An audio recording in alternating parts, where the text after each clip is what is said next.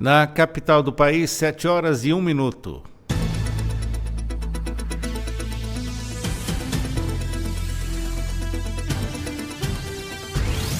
A Rádio Justiça apresenta Revista Justiça. Olá, muito bom dia, eu sou Sérgio Duarte e agradeço a sua sintonia aqui na Rádio Justiça FM 104,7, é muito bom te encontrar, você também que já nos assiste no aplicativo TV Justiça Mais, no canal 1.3 da TV aberta para o Distrito Federal e entorno, ou ainda pelo YouTube. Hoje é quinta-feira, 13 de novembro de 2025 e vamos com Revista Justiça hoje até às 9h da manhã. Com os trabalhos técnicos de Luiz Alves, vamos saber então os destaques do programa de hoje.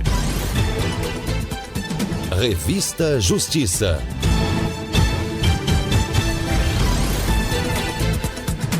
A primeira hora do Revista Justiça é dedicada às notícias do Poder Judiciário brasileiro. E às 7h45, vamos falar sobre uma decisão da 7ª Câmara de Direito Criminal do Tribunal de Justiça de São Paulo, que manteve decisão da 3ª Vara Criminal de Jundiaí, que condenou por estelionato um fotógrafo que vendeu, mas não prestou serviços contratados para casamentos, obtendo então uma vantagem ilícita de aproximadamente R$463 mil.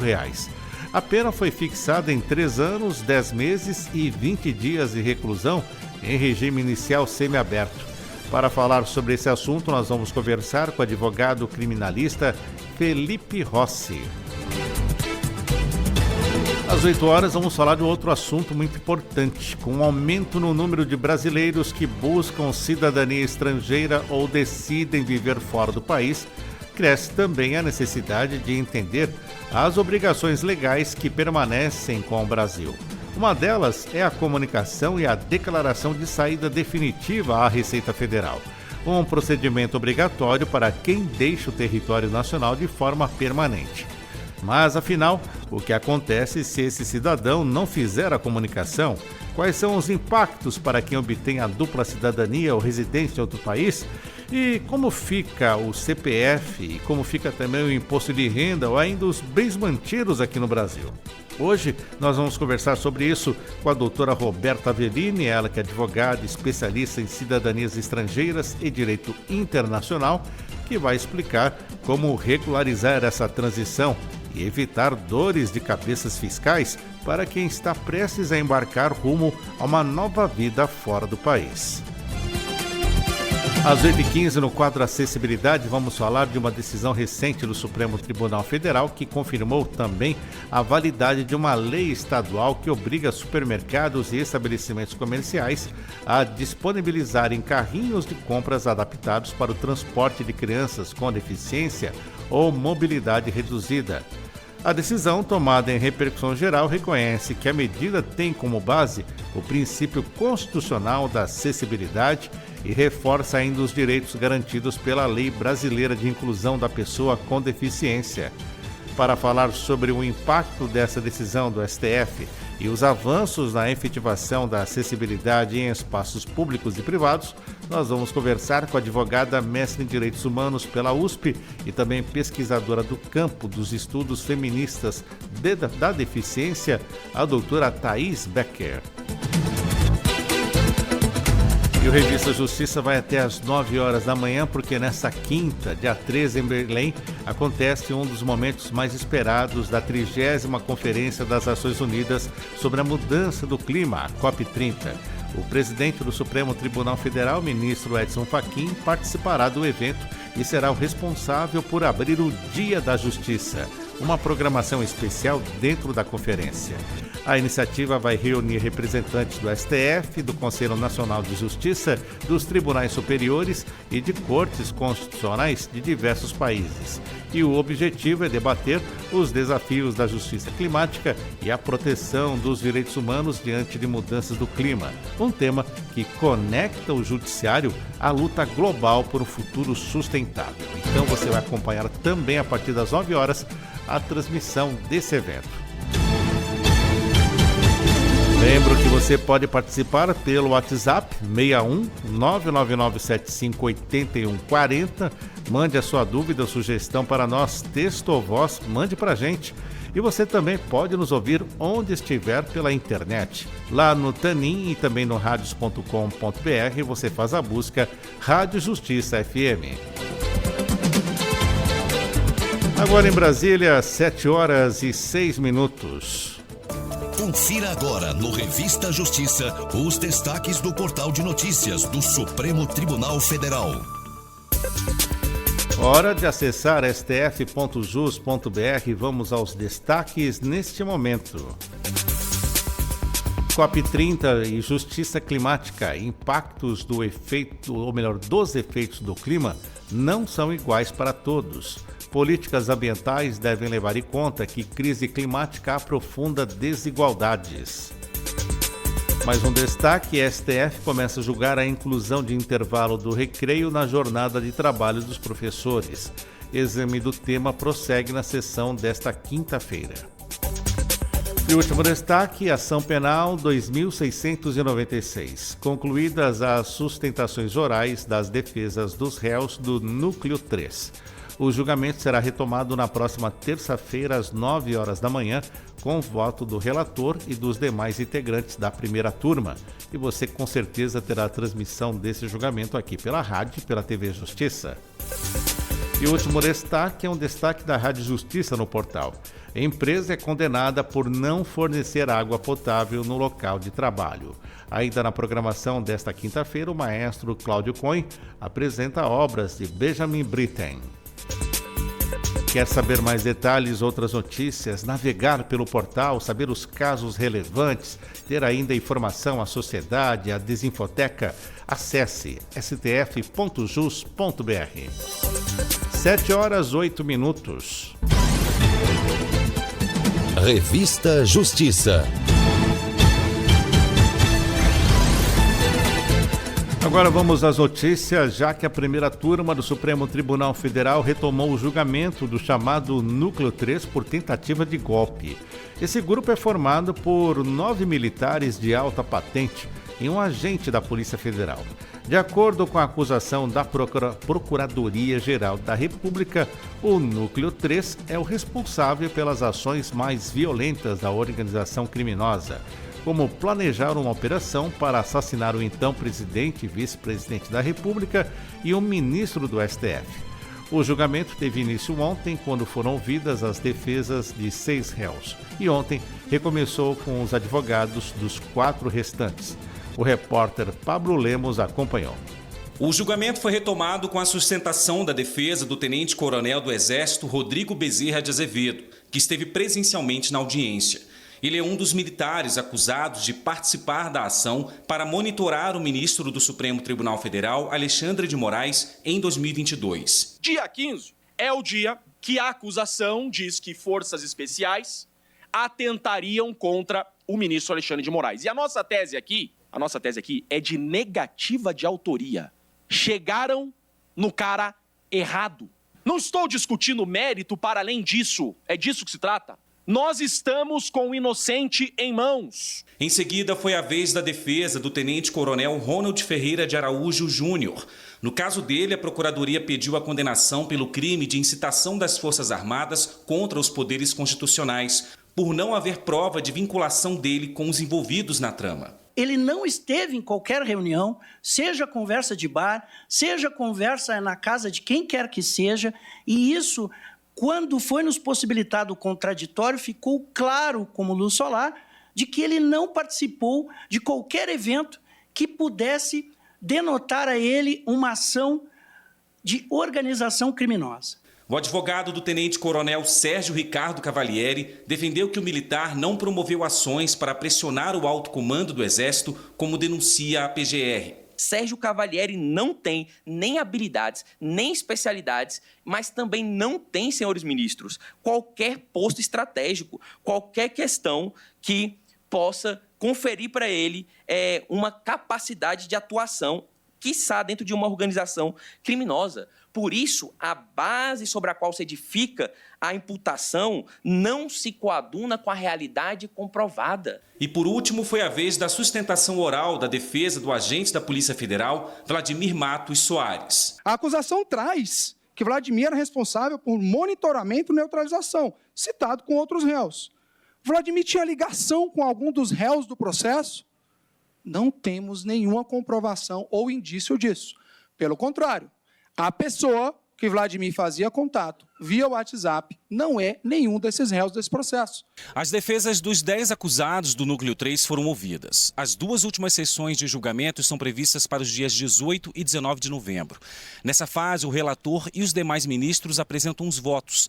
A decisão pela absolvição ou pela condenação será tomada por maioria do colegiado. Rádio Justiça de Brasília, Pablo Lemos. O plenário do STF retomou o julgamento que avalia se o recreio escolar ele integra necessariamente a jornada de trabalho dos professores. A repórter Marta Ferreira acompanhou e tem os detalhes. O recreio escolar é aquele intervalo entre aulas, normalmente de 15 ou 20 minutos, em que o professor permanece na escola sem lecionar.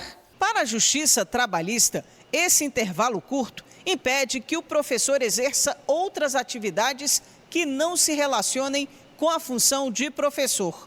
A Associação Brasileira das Mantenedoras de Faculdades não concorda e, por isso, entrou no Supremo questionando decisões do Tribunal Superior do Trabalho que consideram o recreio como tempo à disposição do empregador e, assim, deve ser remunerado pelas escolas e universidades.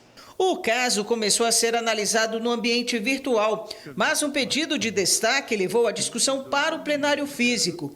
O ministro Gilmar Mendes, relator da ação, havia determinado a suspensão de todos os processos em tramitação na Justiça do Trabalho que discutem o tema e os efeitos de todas as decisões que tenham aplicado a tese, até que o STF se manifeste definitivamente. O julgamento começou do zero na sessão desta quarta-feira. A entidade autora da ação alegou na sustentação oral que o TST não tinha competência para decidir sobre o assunto. No nosso sentir, o TST operou fora dos limites jurisdicionais do que poderia pronunciar. Ele olvidou que o caso concreto e as normas coletivas regulam essa matéria, né? Não há lacuna. E criou uma presunção absoluta que, como eu coloquei no início da minha exposição, vai afetar, e vai afetar muito, se for mantido, certo? Como foi relatado, centenas de ações coletivas tramitando no Judiciário Trabalhista, vai impactar e talvez, aí não sei, fechar algumas instituições, se elas tiverem que pagar retroativamente 5 anos de intervalos não pagos, porque essa é a consequência que a Justiça do Trabalho está impondo. Pagar todo esse tempo como se fosse trabalho e, eventualmente, até como trabalho extraordinário, ou seja, com adicional de 50%. Os ministros também ouviram as manifestações de entidades interessadas no tema. O advogado do Sindicato das Entidades Mantenedoras de Estabelecimentos de Ensino Superior no estado de São Paulo chamou a atenção para a mudança que a decisão pode acarretar na relação entre professores e estudantes. Certamente as instituições vão buscar mecanismos para impedir que o aluno tenha contato com o professor nesses intervalos. Isso é um problema. Isso é uma realidade que esses alunos que aqui estão, eventualmente vão enfrentar a partir da decisão tomada por essa corte.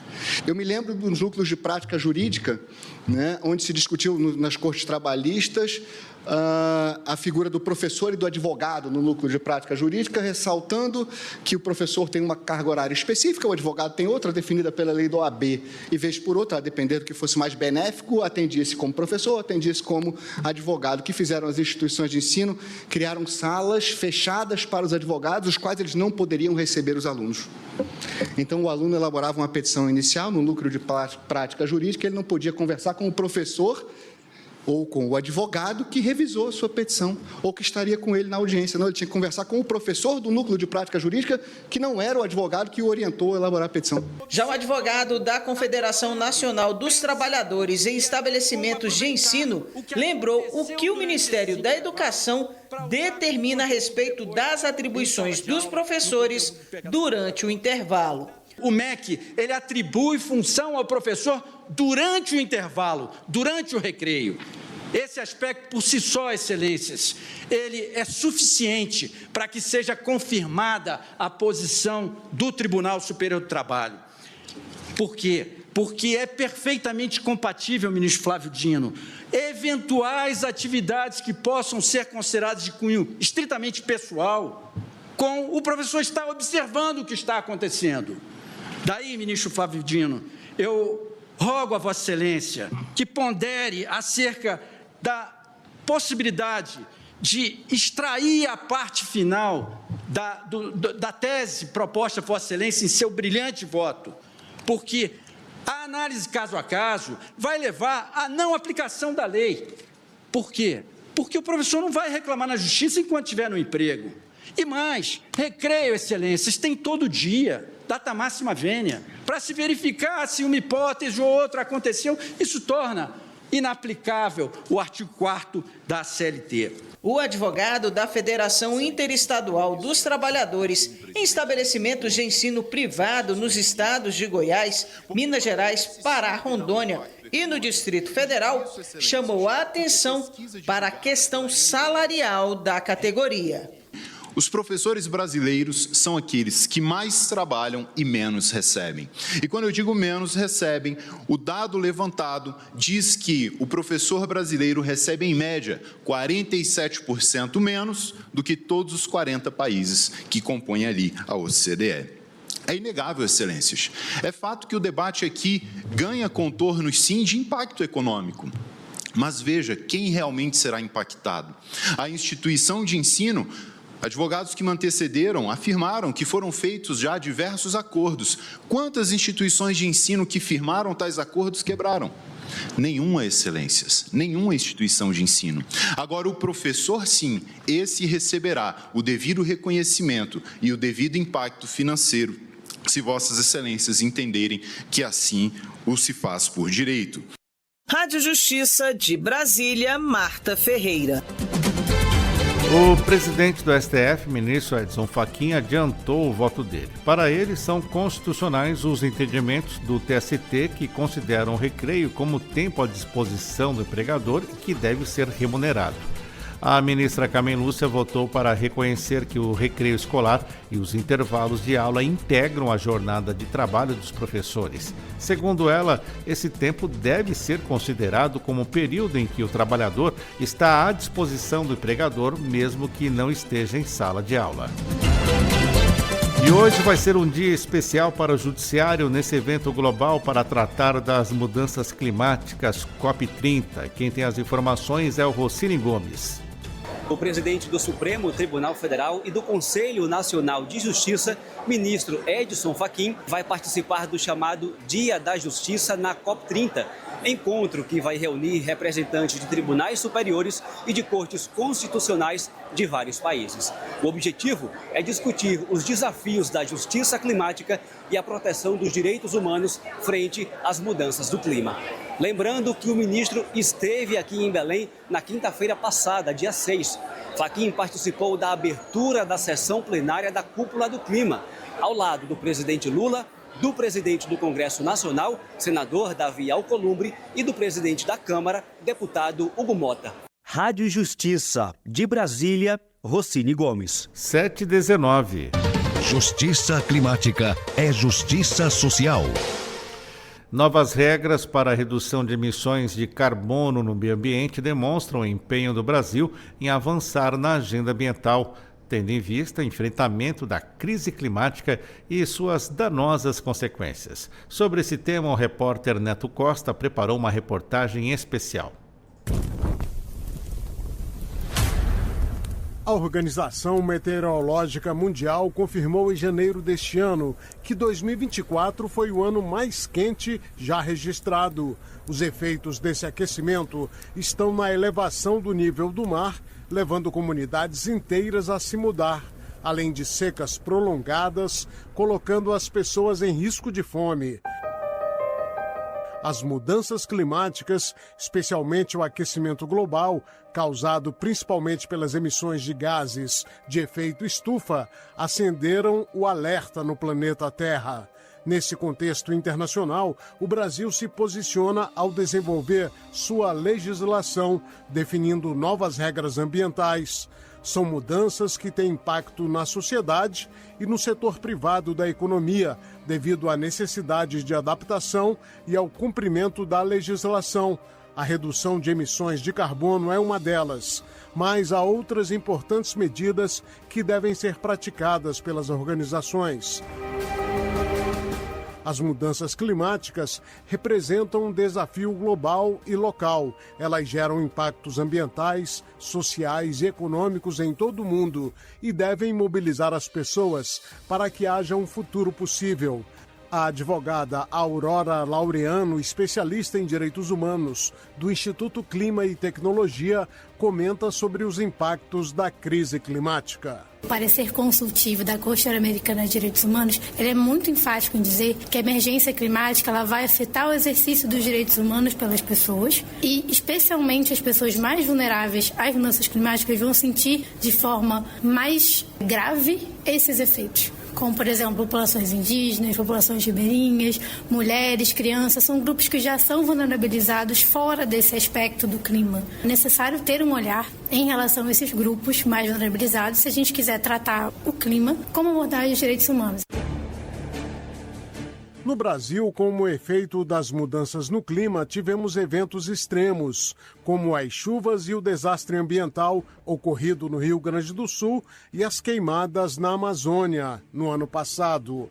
A advogada Aurora Laureano lembra que a Constituição Federal, que trata dos direitos fundamentais, traz que a preservação do meio ambiente é responsabilidade de todos, fazendo cada um o que está a seu alcance. Quando a gente pensa em direitos fundamentais, a gente fala muito na Constituição, no artigo 5º, direito à vida, direito à saúde, direito à liberdade, liberdade de expressão e tudo mais. A democracia em si também é um direito fundamental, mas quando a gente olha para a Constituição, o artigo 225, ele é claro também em falar que é a responsabilidade de todos, a preservação do meio ambiente, e a gente pode incluir também o clima nessa lógica. Todos são responsáveis na medida da sua responsabilidade, e quando a gente tem abordagem internacional, cada país, de acordo com o seu grau de desenvolvimento, tem responsabilidade também, porém, a forma coletiva é cada um fazendo o que está dentro do seu alcance para mudar a realidade dentro do que é possível.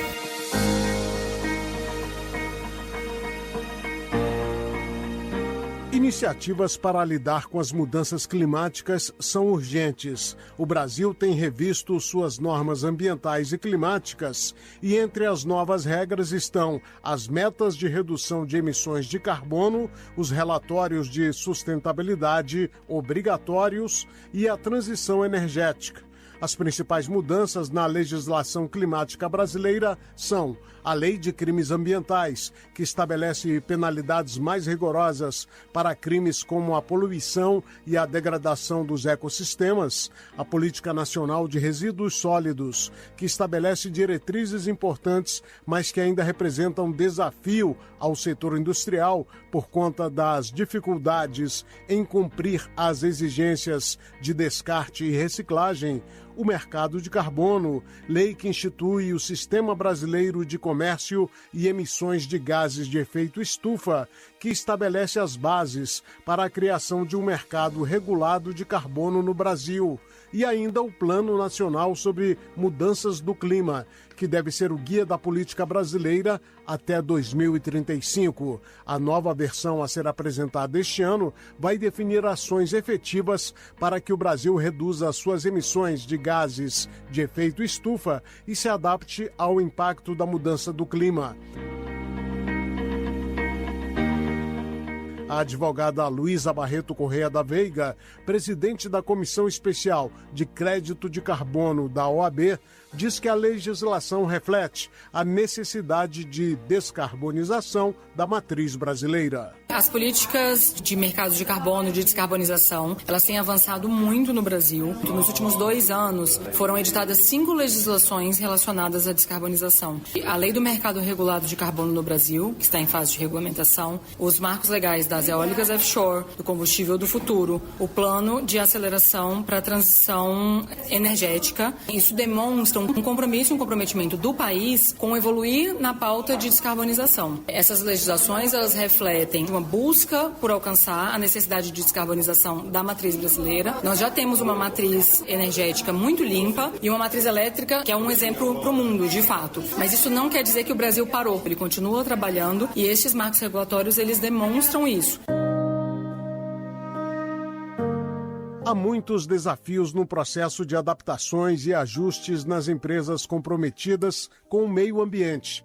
Há um custo em investimentos em tecnologias limpas e infraestrutura e a necessidade de mudanças culturais, adaptando a cultura organizacional à sustentabilidade. Mas também há oportunidades, como o desenvolvimento de tecnologias sustentáveis e patentes, o crescimento de mercado, a melhora da reputação e o acesso a financiamentos e negócios promissores no mercado de carbono, créditos de carbono e serviços ambientais. Os compromissos de diversos segmentos industriais brasileiros na redução de emissões de carbono até 2035 serão debatidos nas próximas semanas durante a COP30, a Conferência das Nações Unidas sobre Mudanças Climáticas, em Belém, entre os dias 10 e 21 de novembro. O geólogo Christian Della Giustina, especialista em desenvolvimento sustentável, afirma que o Brasil deve levar à COP a necessidade de trazer a população para um nível social aceitável.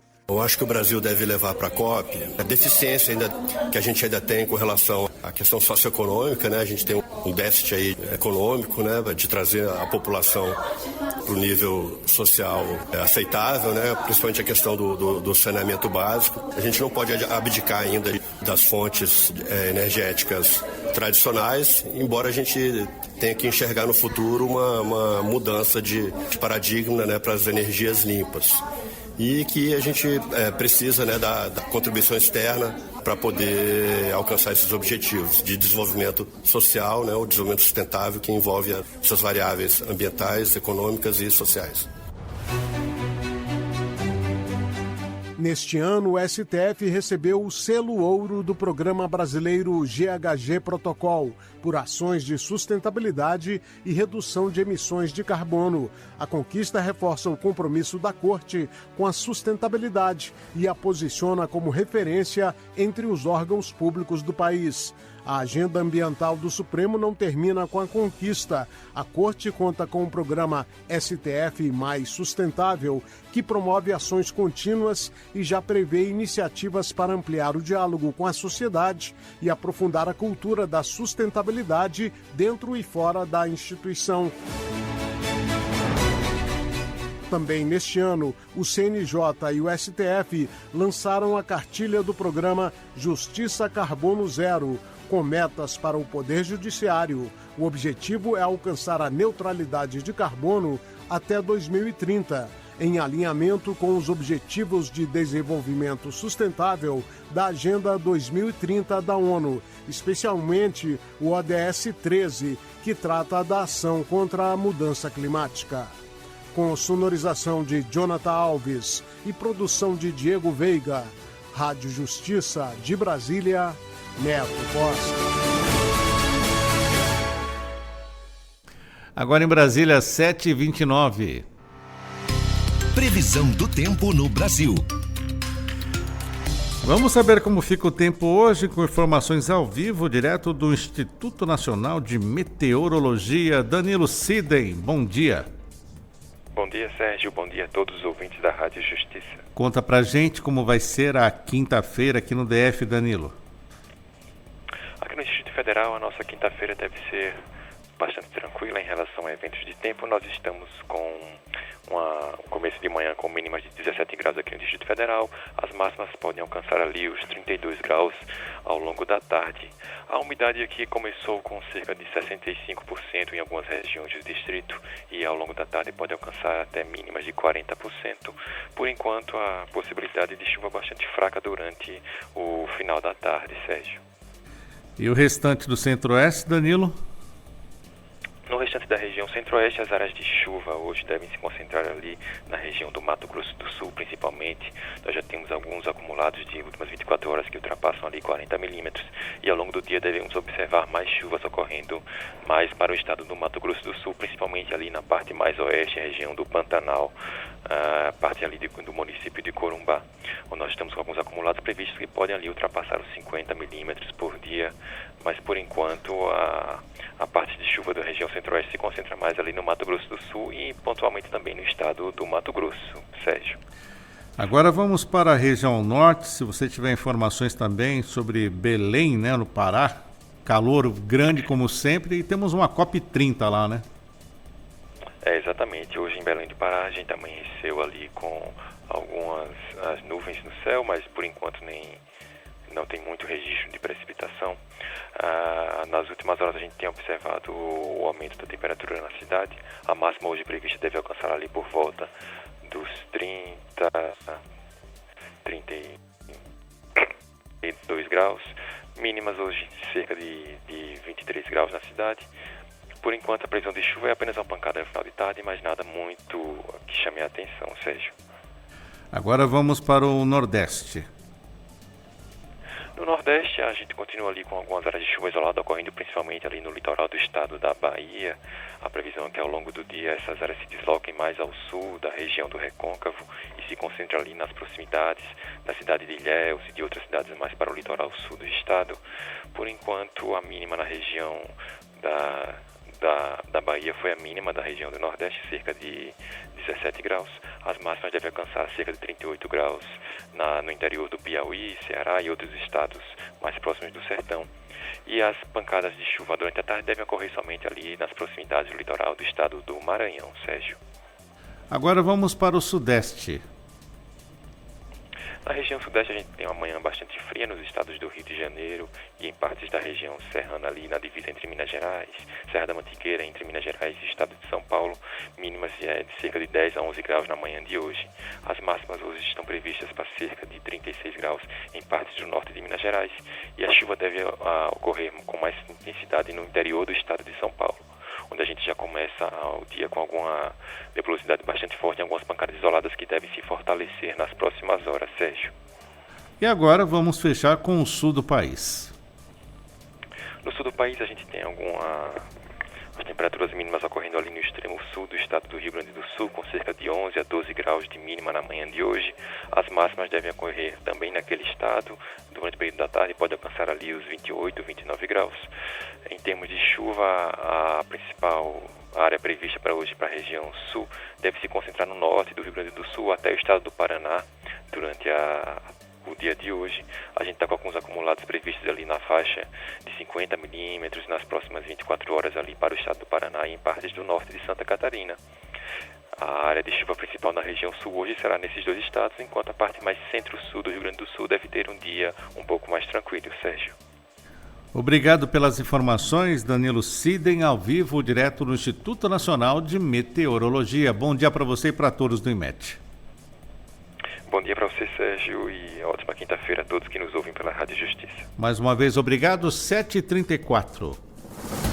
Manchetes do dia. Hora de sabermos as manchetes de capa dos principais jornais do país. Correio Brasiliense, pressão dos governadores e do Planalto adia o PL da antifacção. O Estado de São Paulo, TCU cria força-tarefa para a fiscalização de 9 estatais. Folha de São Paulo, Correios decidem fatiar empréstimos de 20 bilhões de reais por redução de custos.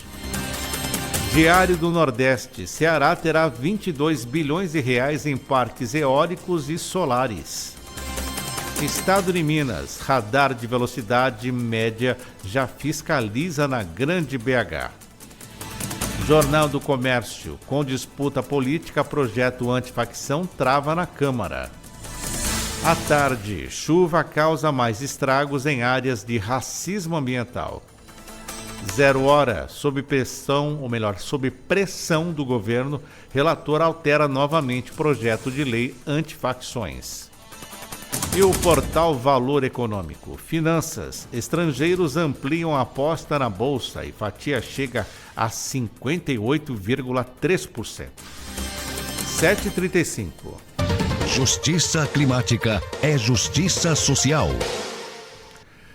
Hoje é mais um dia de COP30, o maior evento global promovido pela ONU sobre meio ambiente. O Brasil é sede dessa edição e reforça a atuação em busca da sustentabilidade e justiça climática desde os anos 90. Foi com a Rio 92, a Conferência das Nações Unidas sobre Meio Ambiente e Desenvolvimento, que foi realizada na cidade do Rio de Janeiro em 1992, que o Brasil começou a atuar no contexto da governança climática global e agora atinge o ápice com a realização da COP30 na cidade de Belém, no estado do Pará, local que abriga parte do bioma amazônico. As florestas brasileiras influenciam significativamente os climas regionais e globais, além de confiscarem cerca de 70 bilhões de toneladas de carbono da atmosfera. Diante disso, a expectativa é que a COP30 promova soluções para as questões climáticas, considerando as particularidades da Amazônia. Entre os principais desafios estão o desmatamento, as queimadas, o uso do solo e as políticas energéticas em conformidade com as leis brasileiras e tratados internacionais, como o de Paris, por exemplo. Por isso, o presidente do Supremo Tribunal Federal, o ministro Edson Fachin, que participa da COP30, anunciou que no próximo dia 13 de novembro será o Dia da Justiça na conferência. A iniciativa reunirá representantes do STF, do Conselho Nacional de Justiça, dos Tribunais Superiores e de Cortes Constitucionais de diversos países para discutir os desafios da justiça climática e a proteção dos direitos humanos diante das mudanças do clima. O evento será transmitido pela Rádio e TV Justiça, que além da programação oficial da ONU, as emissoras vão exibir conteúdos especiais até sábado, dia 15 de novembro. Rádio Justiça, de Brasília, Fernanda Porto. Justiça climática é justiça social. A Rádio Justiça está com programação especial com foco no meio ambiente. Hoje é celebrado o Dia da Justiça na COP30. Ao longo dessas 2 semanas, a Rádio Justiça trouxe várias vozes de peso, nacionais e internacionais, da justiça climática para enriquecer o conhecimento a respeito do tema. E hoje quem fala com a gente é a presidente do Superior Tribunal Militar, a ministra Maria Elizabeth Rocha, que conta o que é justiça climática. O que é justiça climática? O conceito de justiça climática emerge como convite para superarmos a visão tradicional que ainda temos do meio ambiente, nele inserindo matizes sociais, econômicos, éticos e políticos. Em linguagem simples, trata-se do olhar inovador que aponta para a existência de interseccionalidades entre a crise ambiental e a desigualdade socioeconômica, pois as causas e os efeitos do colapso climático não são distribuídos de maneira igualitária. Cito como preceitos dessa nova abordagem o primado da responsabilidade diferenciada, combinando mais obrigações às nações poluentes na redução do aquecimento global, a proteção aos vulneráveis, a transição justa para a economia verde, de modo que a classe trabalhadora seja requalificada e inserida na dinâmica da sustentabilidade, fomentando empregos, o reconhecimento de que direitos humanos e ambientais são interligados e, finalmente, a participação equitativa na formulação das políticas climáticas, permitindo voz altiva àqueles que sofrem com seus efeitos. Em síntese, justiça climática é o compromisso para que o combate ao aquecimento global ocorra sob a ótica da equidade, dos direitos humanos e da dignidade social. E a ministra Maria Elizabeth Rocha também conta qual é o papel do STM na COP30. O sistema de justiça brasileiro, e, portanto, cortes como o Superior Tribunal Militar, encontra na COP30 oportunidade de contribuição com a agenda ambiental. Entendo que a presença do Poder Judiciário no debate assume especial protagonismo porque a ideia de justiça climática não se restringe à atuação dos poderes executivo e legislativo, seja por intermédio do incremento de políticas públicas, seja por meio da elaboração das leis de proteção ambiental. Antes, a promoção da justiça climática, a exemplo do combate aos crimes ecológicos, da pacificação dos conflitos fundiários e da proteção aos vulneráveis, perpassa pela ação firme e coordenada do Poder Judiciário. Ciente de que o patrulhamento das fronteiras nacionais é caminho para concretizar as metas que serão traçadas na COP30 e que eventuais ilícitos de natureza castrense na região serão julgados na Justiça Militar da União, o evento insere o STM no centro das discussões sobre clima, meio ambiente e desenvolvimento. Ademais, a COP30 é chamado ao autoconhecimento quando nos convida à sustentabilidade institucional, fomentando, dentre outras coisas, o uso das energias renováveis nas instalações da JMU e a consolidação do processo eletrônico em renúncia ao consumo dos recursos escassos, como um papel nas atividades dessa justiça especializada.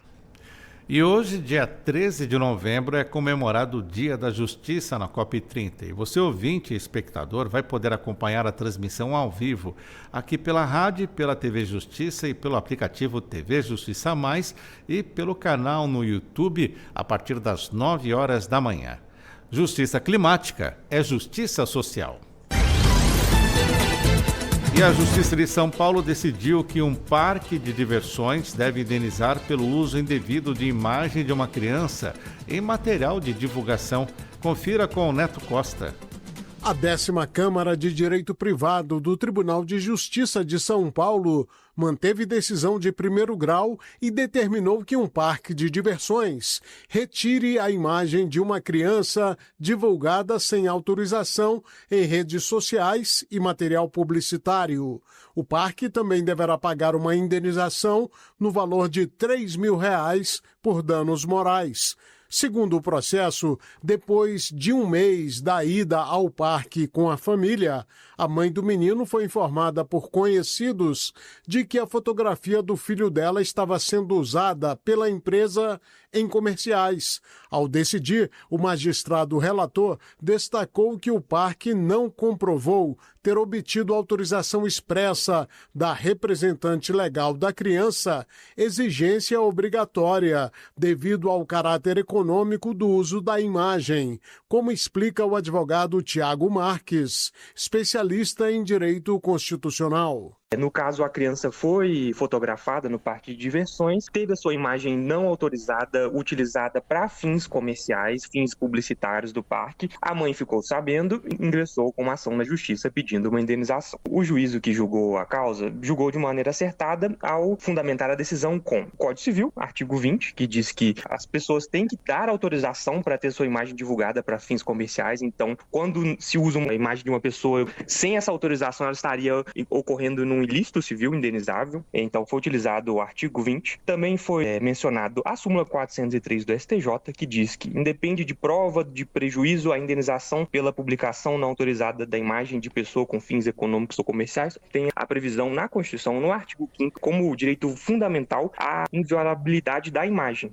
O uso da imagem de menores exige cuidados ainda mais rigorosos, em razão da especial proteção conferida pelo ordenamento jurídico à criança e ao adolescente, como observa o advogado Marlon Barreto, especialista em direito da criança e do adolescente.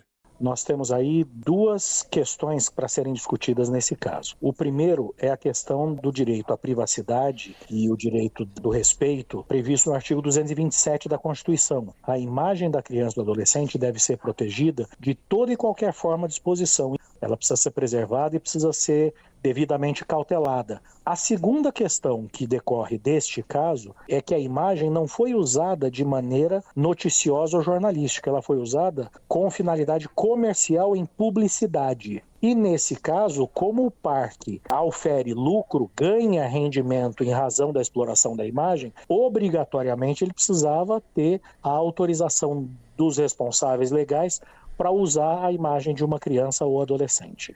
Segundo a decisão judicial, o dano moral é decorrente da própria violação ao direito da personalidade da criança, sendo desnecessária a demonstração de sofrimento ou abalo concreto para a sua caracterização e consequente reparação. A decisão do colegiado foi unânime.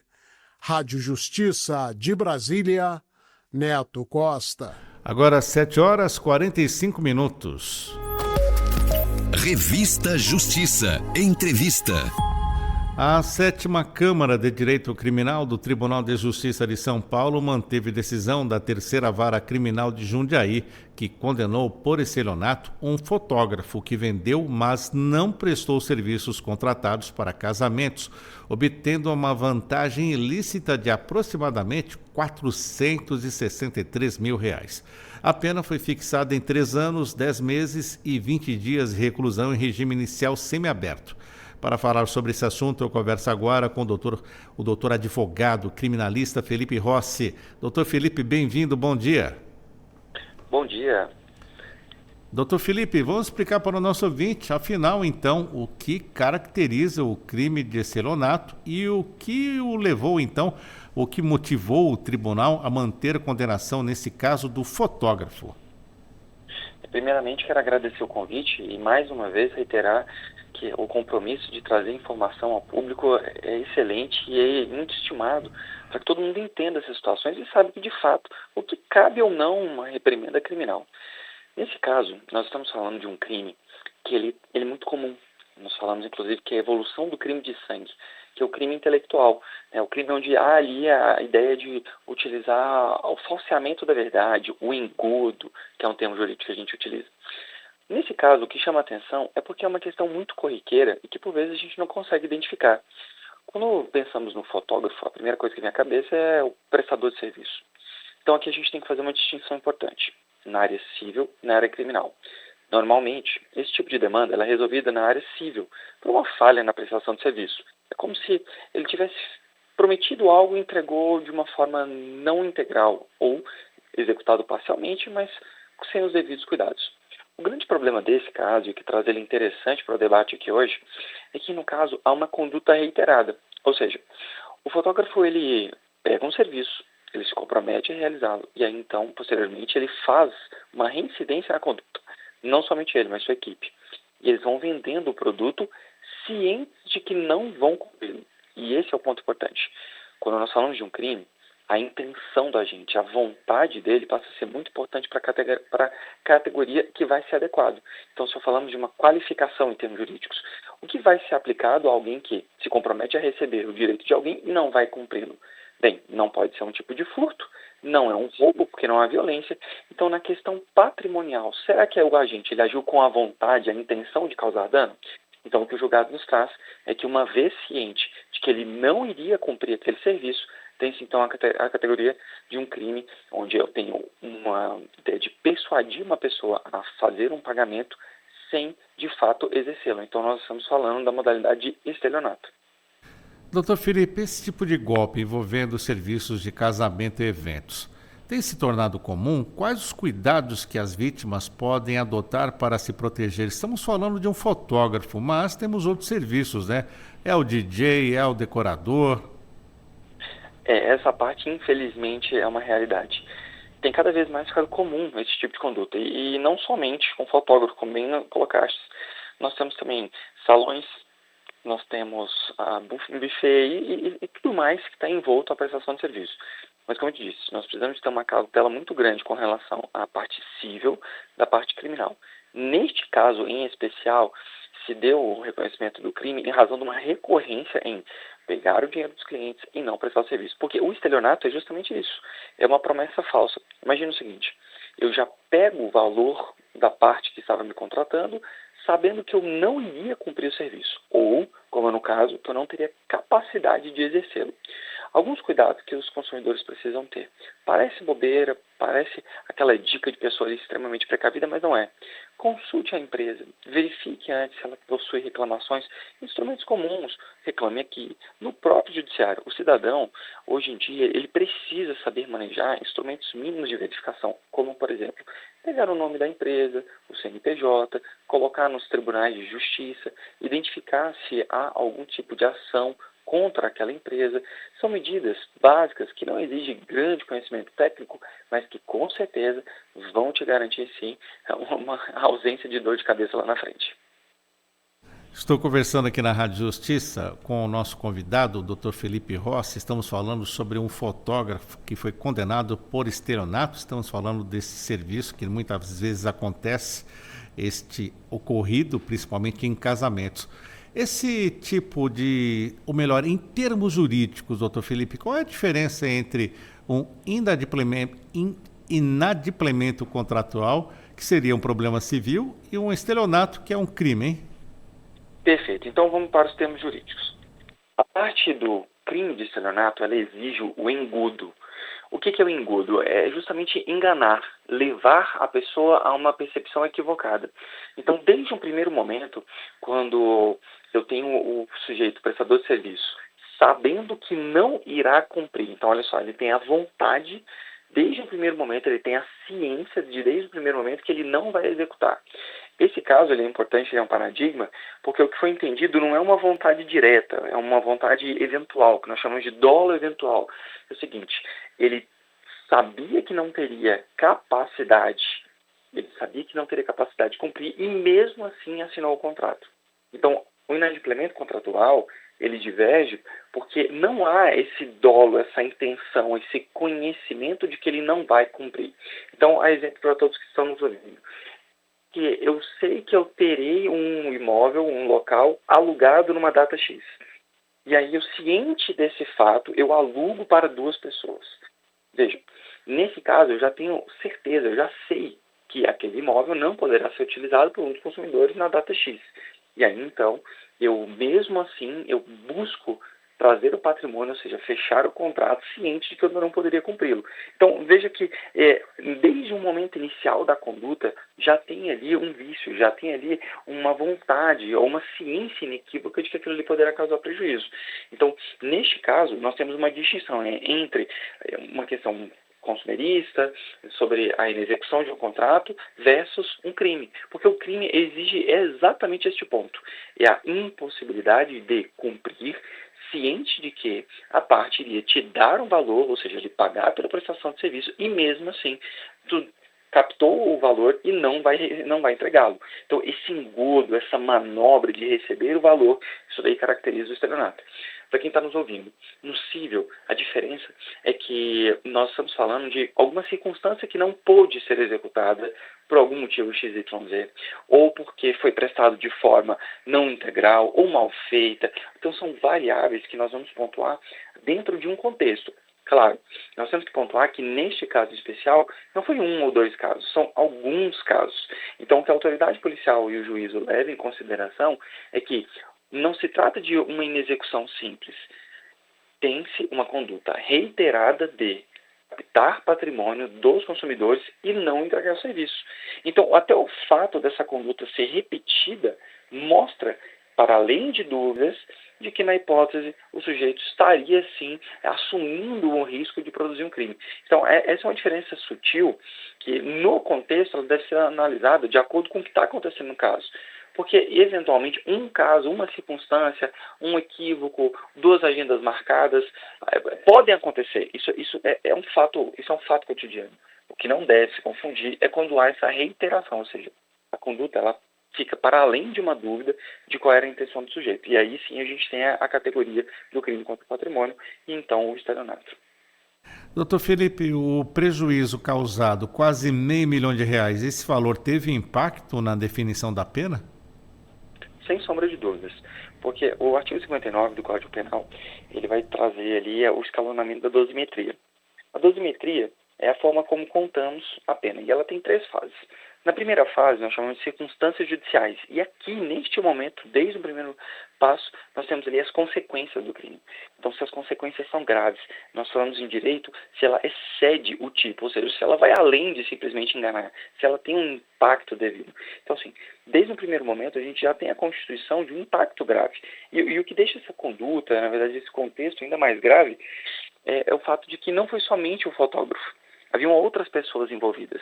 Então, a bem da verdade, existia ali até outras circunstâncias, outras nuances que poderiam ter sido, sim, utilizadas para valorar o crime. Eu tenho um concurso de agente, mais de uma pessoa envolvida. Eu tenho 3 pessoas, uma questão reiterada. Poderia, inclusive, ter atraído a ideia da formação de quadrilha, né, a associação criminosa. Então, existem ali outras nuances que, sem sombra de dúvidas, o magistrado utilizou para pontuar, porque é uma questão que excede o mínimo razoável, ou seja, ela vai para além da conduta, ela se agrava pela forma, pela quantidade, pelo tamanho do prejuízo causado. Essa situação dessa condenação à prisão, explicando melhor para o nosso ouvinte, a sentença, ela fixou o regime semiaberto, mas o que isso significa na prática para esse condenado aqui que estamos tratando, esse fotógrafo? Ele vai preso ou não?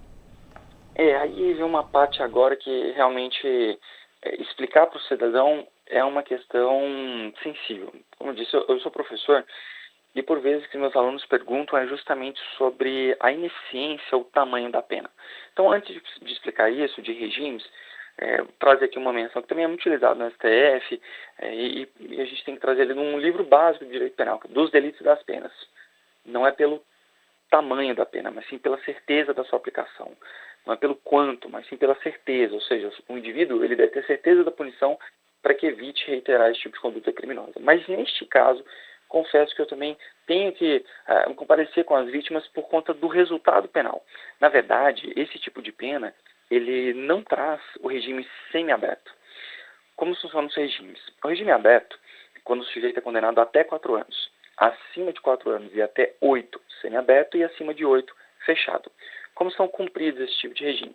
No regime aberto, nos casos inferiores a 4 anos, o sujeito ele não vai para a unidade carcerária, salvo quando existe estabelecimento especial para cumprimento da prisão em regime aberto.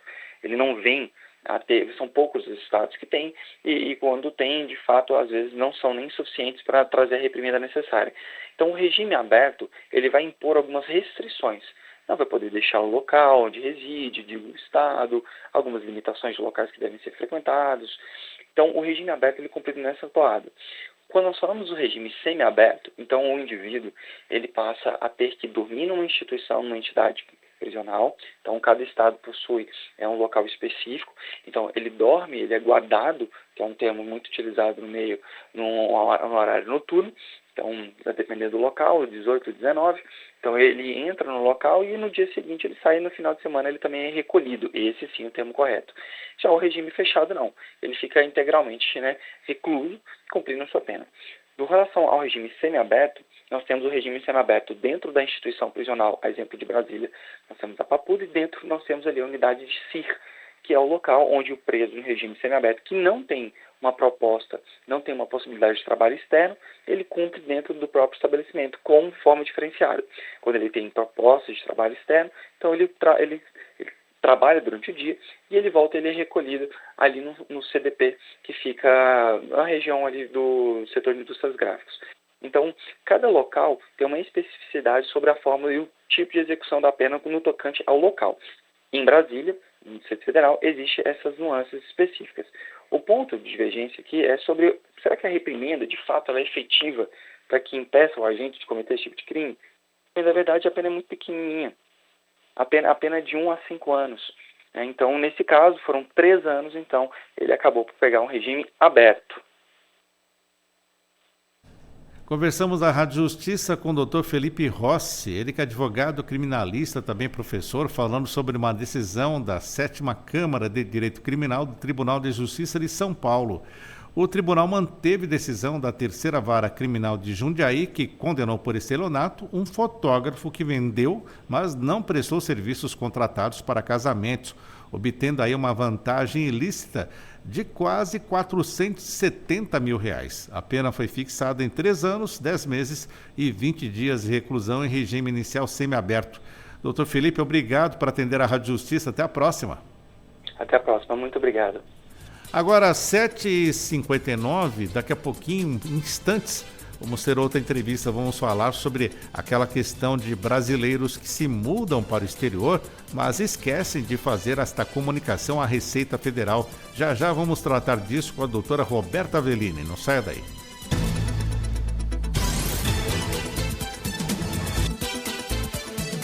Estamos apresentando Revista Justiça.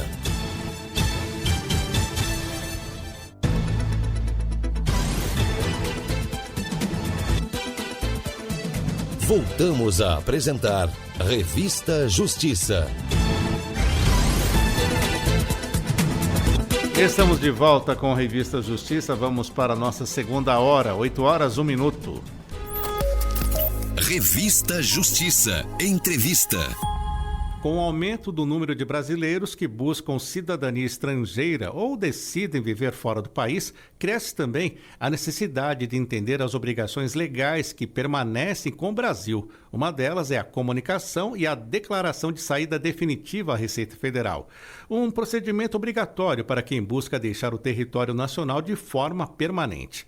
Mas, afinal, o que acontece se o cidadão não fizer essa comunicação? Quais são os impactos para quem obtém dupla cidadania ou residência em outro país? E como ficam o CPF, o imposto de renda e os bens mantidos aqui no Brasil? Vamos conversar sobre isso agora com a doutora Roberta Avellini. Ela que é advogada especialista em cidadanias estrangeiras, atuante no direito internacional, que explica para nós tudo isso. Doutora Roberta, seja bem-vinda à Rádio Justiça. Bom dia. Bom dia. Doutora Roberta, a senhora está advogando desde 2003 no Brasil, na Itália desde 2018. E como o nosso ouvinte fica sabendo dessa situação, né? A senhora atua no direito internacional, mas o que muda para o exterior? Quais são os erros dessa pessoa que faz essa mudança e acaba esquecendo, né, de fazer a sua notificação à Receita Federal? Os erros mais comuns que nós evidenciamos por parte dos brasileiros que fixam residência no exterior são erros de ordem burocrática. A primeira coisa é que a gente verifica que existe talvez um planejamento financeiro, mas não existe um planejamento burocrático. Doutora, o que significa então exatamente fazer essa comunicação de saída definitiva do país à Receita Federal? A comunicação de saída definitiva é um aviso formal enviado à Receita Federal em que o contribuinte comunica à Receita de que vai se transferir em caráter permanente para o exterior. Ela está prevista no artigo 11A da Instrução Normativa da Secretaria da Receita Federal 208 de 2002. Ela deve ser feita até 28 de fevereiro do ano seguinte à mudança de país. Explicando então bem basicamente para o nosso ouvinte, se ele fez uma mudança, por exemplo, agora em novembro, ele tem até 28 de fevereiro do ano seguinte? Se ele pretende permanecer por mais de 12 meses ou permanecer em caráter permanente, sim, ele deve comunicar essa saída pelos meios que a Receita Federal coloca à disposição até o último dia do mês de fevereiro do ano seguinte. A pessoa vai para, por exemplo, para a Itália, vai com um planejamento para ficar lá dentro do prazo regulamentar. Mas, vou morar aqui, vou ficar por aqui. O que é que essa pessoa deve fazer então, doutora? A primeira coisa que ela deve fazer a partir do momento que ela decide permanecer por mais de 12 meses ou de fato ultrapassa esse prazo, é comunicar a intenção de se estabelecer definitivamente no país estrangeiro, comunicando a saída do nosso território, do Brasil. Isso tem que ser feito até 28, 29, quando for o caso, de fevereiro do ano seguinte. E quando o brasileiro deixa de ser considerado residente fiscal no Brasil? Ele deixa de ser considerado residente fiscal no Brasil quando é superado esse prazo de 12 meses a partir da sua ausência do território nacional. E quem obtém a dupla cidadania, ela precisa, essa pessoa, obrigatoriamente comunicar a saída ao fisco? Não existe comunicação entre a questão da dupla cidadania e a questão fiscal. né? Uma pessoa que possui dupla cidadania não interfere em nenhum modo na questão fiscal. O que muda é a residência fiscal, que a partir do momento que o cidadão brasileiro decide se transferir para o exterior, ele precisa comunicar à Receita Federal de que, a partir daquela data, ele vai passar a recolher os impostos e as taxas devidas no país estrangeiro. Essa pessoa que optou por morar em outro país, a residência fiscal muda. As pessoas também acabam cometendo, principalmente os brasileiros. Por exemplo, estou usando bastante a Itália porque a senhora atua aí. O brasileiro esquece também de fazer a sua parte fiscal com o governo italiano? Muitas vezes sim, porque quando a gente se transfere para um país estrangeiro, a gente precisa aprender a ter como interlocutor para questões burocráticas um governo estrangeiro. E aí nem sempre é muito simples e muito fácil ter acesso às informações. É por isso que é tão importante a gente procurar a assistência de um profissional que atue na área. Sei que na Itália existe o Codice Fiscale, que é o nosso CPF aqui no nosso país. Este brasileiro que tem a dupla cidadania, é obrigatório ter esse Codice Fiscale, independente dele mudar ou não para a Itália? Todo italiano, portanto, um brasileiro com dupla cidadania brasileira e italiana, deve ter o Codice Fiscale, ainda que ele não seja residente na Itália. E quais são as diferenças, doutora, entre comunicação e declaração de saída definitiva na Receita Federal? Bom, o primeiro passo é comunicar que se pretende estabelecer a residência definitiva em um país estrangeiro. Isso é feito por meio da comunicação de saída definitiva, observado o prazo até o dia 28 ou 29 de fevereiro do ano seguinte a essa mudança. Já a declaração, ela se refere ao pagamento dos impostos relativos a essa mudança de residência fiscal, cujo prazo é o mesmo da apresentação da declaração do imposto de renda no Brasil para todos os demais residentes. Esse pagamento na declaração, o que deve conter ali, o que faz gerar no valor para pagamento para que essa pessoa possa sair do país? O que acontece é o seguinte, muitas pessoas não declaram a saída definitiva e não comunicam a saída definitiva, muitas vezes por desinformação, mas também pelo temor do aumento do pagamento de taxas, porque quando o cidadão é residente no Brasil, existe a progressão da tabela fiscal de alíquotas para o recolhimento do imposto de renda. E quando o cidadão é residente no exterior, os impostos relativos à renda são estabelecidos em média no valor de 25%, não existe essa progressão. Então, muitas vezes se evita de se fazer essa comunicação e essa declaração por conta da diferença de cálculo da alíquota dos residentes no território nacional e dos residentes no exterior. Estou conversando com a doutora Roberta Avellini, estamos falando sobre a necessidade do brasileiro que decide morar no exterior fazer essa comunicação à Receita Federal. Que tipo de problemas, doutora Roberta, o brasileiro pode ter se não fizer esse procedimento? Os problemas são diversos, né? A primeira coisa é que quando se trata de impostos, a Receita Federal espera normalmente que o lançamento desses impostos parta do contribuinte. Houve a divulgação de informações recentemente de que a Receita iria atrás desses brasileiros residentes no exterior. É muito raro que aconteça esse tipo de situação. Mas, a partir do momento que não se cumpre o que é previsto na lei nacional em relação ao recolhimento dos tributos, é possível que haja a incidência de uma multa de R$ 165,74 e o pagamento de 1% de imposto por ano que a pessoa está fora do território e não declarou. E o que acontece com o CPF e as contas bancárias de quem passa a ser residente no exterior, hein, doutora? O CPF e as contas precisam ser atualizados para que passem a se referir a um residente, a um não residente no território nacional. Então, o número permanece, as contas permanecem, mas elas vão ser regidas de uma forma diferente a partir do momento que se trata de um cidadão não residente fiscal no Brasil. E os imóveis, investimentos, rendas que foram mantidas por essa pessoa no Brasil após saída, como é que fica, doutora? O contribuinte não residente, ele continua podendo possuir bens e receber rendimentos no Brasil, mas o que acontece é, como eu mencionei, que muda a alíquota relativa aos impostos que a pessoa precisa pagar. Enquanto, se é residente no Brasil, existe a tabela progressiva de alíquotas até 27,5%, quem é residente no exterior paga, em média, 25%. Existem acordos de bitributação entre países? Se existem, funcionam como nesses casos? Existem diversos acordos que evitam que o mesmo rendimento seja tributado duas vezes, no país de origem e no país onde a pessoa reside. O Brasil possui tratados com diversos países e neles é definido especificamente onde a renda vai ser tributada, se é no local em que é gerada a renda ou para a pessoa que recebe. E que orientações a senhora daria a quem está tirando cidadania, por exemplo, italiana, portuguesa, espanhola, por exemplo, se preparando para mudar de país nos próximos meses? Como fazer esta programação? Quais as orientações?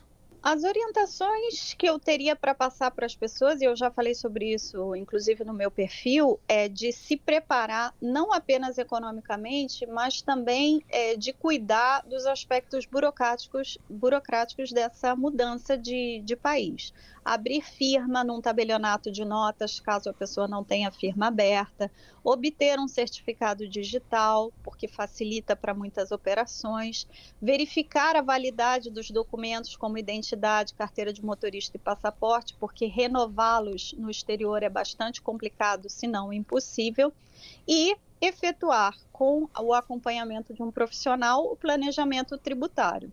Entender quais são as obrigações fiscais no Brasil, entender das obrigações fiscais no país de destino, fazer a comunicação e a declaração de saída e ajustar as contas bancárias e investimentos para o status de não residente. Vamos a uma outra situação, doutora Roberta. A pessoa conseguiu o reconhecimento da cidadania italiana, ele é um ítalo brasileiro, uma ítala brasileiro.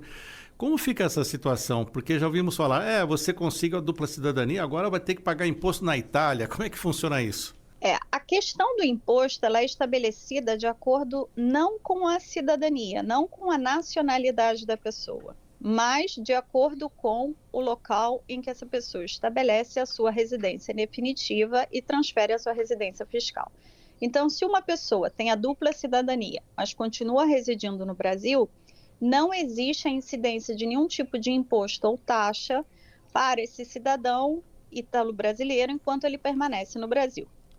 Agora, se esse cidadão ítalo-brasileiro ou brasileiro se transfere para a Itália, passa a trabalhar aqui, ele precisa declarar ao país de origem que ele se transferiu em caráter definitivo e precisa começar a pagar os impostos de acordo com a legislação do país em que ele estabeleceu a residência.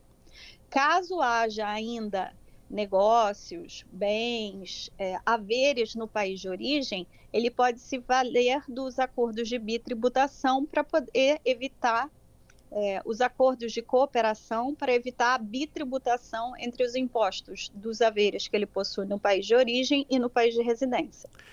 Esse ítalo brasileiro que muda para a Itália, mas tem uma empresa aqui no Brasil, ele pode continuar tendo essa empresa? Pode continuar tendo essa empresa, vai declarar os rendimentos no Brasil como não residente e esse valor vai ser abatido do que ele receber na Itália na hora que ele for prestar contas à Itália. E doutora Roberta Avelina, aproveitando a sua especialização também em cidadania estrangeira e também na italiana, o que temos aqui para trazer para o nosso ouvinte que aguarda aí a resolução a respeito desse assunto, já que tivemos um decreto que deu uma limitada na transmissão da cidadania. Como é que está hoje o processo de cidadania italiana? Bom, nós tivemos uma mudança bastante significativa em um sistema de atribuição da cidadania por descendência que vigeu desde a unificação da Itália em 1861 até 28 de março desse ano. Por esse sistema, era cidadão italiano o filho de cidadão italiano sem limite de geração. Um belo dia, as pessoas que trabalham com isso e as pessoas que estavam na fase de preparação de documentos acordam e descobrem que, por meio de uma medida provisória, que na Itália recebe o nome de Decreto-Legge, haveria essa limitação a apenas netos e filhos de cidadãos italianos nascidos na Itália.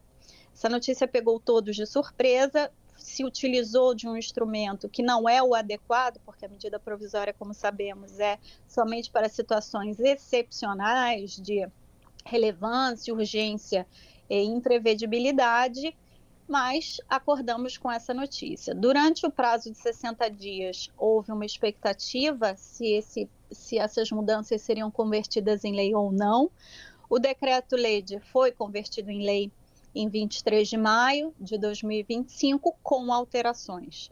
E agora nós estamos, todos os advogados que atuam com cidadania italiana e todos os estudiosos e juristas, estamos batalhando junto à Corte Constitucional Italiana que esse decreto seja considerado inconstitucional, de modo a que esse novo sistema que se procurou implantar de atribuição da cidadania seja restrito, pelo menos, às pessoas que nasceram depois da mudança da lei. Porque o fato que atribui a cidadania originária a essas pessoas é o nascimento. E essas pessoas que já tinham nascido antes da mudança da lei já nasceram como italianos, apenas aguardando o reconhecimento formal desse status jurídico. Vamos aguardar as cenas dos próximos capítulos, né, doutor Roberto? Temos um julgamento marcado na Suprema Corte Italiana a respeito, né? Essa questão, a forma como foi feita, suscitou o questionamento em diversos processos, por diversos aspectos. Então, nós temos algumas alterações de entendimento jurisprudencial ocorridas nos últimos anos, que vão ser objeto de julgamento pela Corte di Cassazione ainda no primeiro semestre do ano que vem. Nós temos essa questão da inconstitucionalidade da lei de conversão e do decreto, que provavelmente vai ser analisada pela Corte Constitucional em fevereiro, março do ano que vem. E nós temos ainda a questão do tratamento discriminatório dado aos filhos menores desses cidadãos italianos já reconhecidos, que vai ser analisada também pela Corte Constitucional, mas a gente ainda não tem data para essa audiência. Talvez haja reunião de todas as questões na audiência que já está designada, talvez haja outros tribunais arguindo essa questão da inconstitucionalidade, mas estamos bastante otimistas porque realmente a mudança passou por cima de princípios gerais de direito que são muito caros ao nosso ordenamento jurídico. Conversamos com a doutora Roberta Avellini, advogada especialista em cidadanias estrangeiras, atuante no direito internacional. Hoje, ela explicou para nós sobre a comunicação e a declaração de saída definitiva à Receita Federal, um procedimento obrigatório para quem deixa o território nacional de forma permanente. Doutora Roberta Avellini, muito obrigado por atender a Rádio Justiça. Até a próxima. Muito obrigada a vocês pelo convite. Espero ter podido esclarecer algumas questões que a gente tem visto circularem pelas redes e convido todos a seguirem o meu perfil no Instagram, Avellini Advocacia Internacional. Um abraço e bom dia a todos. Agora em Brasília, 8h18. A partir de agora, no Revista Justiça, acessibilidade. No Acessibilidade de hoje, vamos falar de uma decisão recente do Supremo Tribunal Federal, que confirmou a validade de uma lei estadual que obriga supermercados e estabelecimentos comerciais a disponibilizarem carrinhos de compras adaptados para o transporte de crianças com deficiência ou mobilidade reduzida. A decisão, tomada em repercussão geral, reconhece que a medida tem como base o princípio constitucional da acessibilidade e reforça os direitos garantidos pela Lei Brasileira de Inclusão da Pessoa com Deficiência. Para falar sobre o impacto dessa decisão do STF e os avanços na efetivação da acessibilidade em espaços públicos e privados, eu converso agora com a advogada, mestre em Direitos Humanos pela USP e pesquisadora do campo dos estudos feministas de deficiência, doutora Thais Becker. Bem-vinda. Bom dia mais uma vez. Bom dia a todos os ouvintes. É um prazer estar aqui nessa manhã com vocês discutindo esse tema que é tão importante. De fato, essa decisão trouxe uma inovação, né, no nosso ordenamento jurídico brasileiro, reconhecendo a constitucionalidade da Lei Estadual 16.679 de São Paulo, que previu, né, determinou a oferta de carrinhos adaptados em supermercado. É importante dizer que essa decisão ela foi reconhecida como repercussão geral, né, no tema 1286, e foi definida a tese de que, então, é constitucional qualquer lei estadual que imponha a obrigatoriedade de adaptação de percentual de carrinhos de compra para transporte de crianças com deficiência ou mobilidade reduzida. Doutora Thaís, por que o Supremo Tribunal Federal teve também que decidir a respeito disso? Por quem ele foi provocado? Qual o contexto dessa provocação? Perfeito. Bom, ele foi a parte ré, né, da decisão foi a Associação Paulista de Supermercados, e ela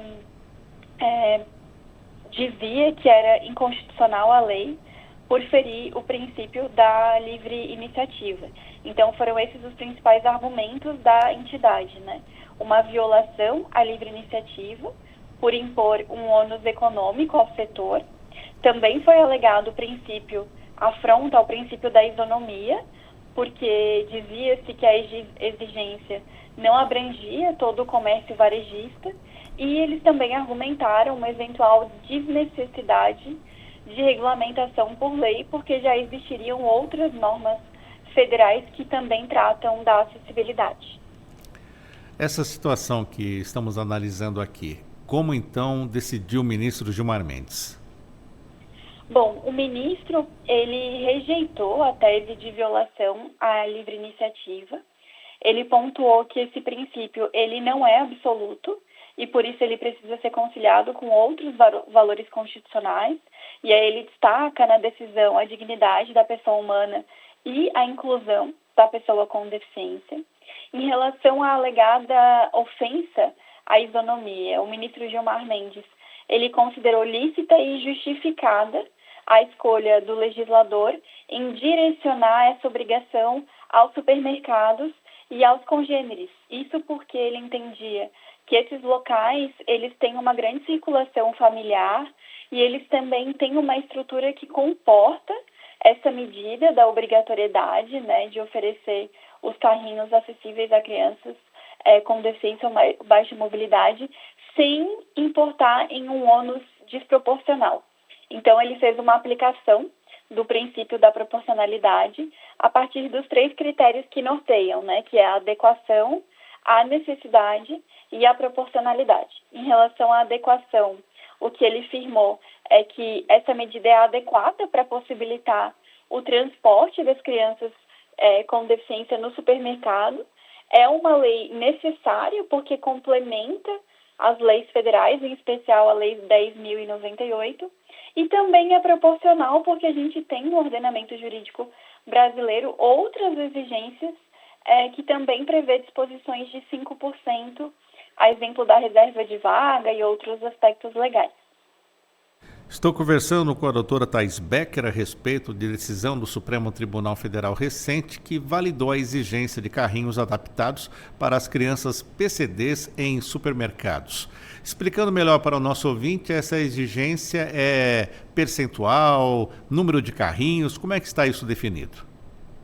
Exatamente. A legislação estadual, que foi então agora reconhecida constitucional, ela reconheceu o percentual de obrigatoriedade de adaptação de 5% dos carrinhos adaptados. Eu não sei se os nossos ouvintes já viram circular pelas suas cidades, mas ele é um carrinho muito parecido com aquele carrinho que tem cadeira de criança, só que em vez de ser uma cadeira pequena, é uma cadeira um pouco maior, no qual cabem crianças com deficiência de maior idade, né?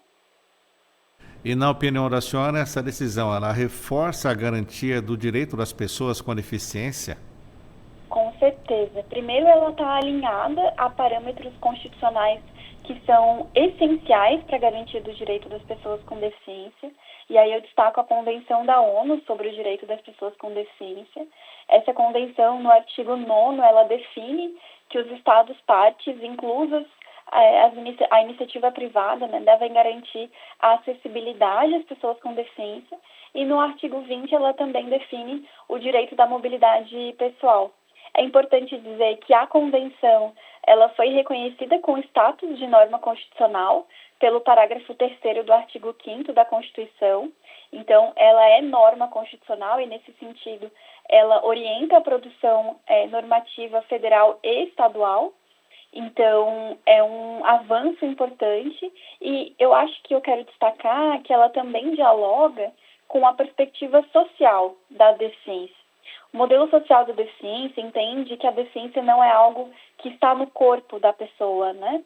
Mas que emerge da interação desse corpo com uma estrutura social.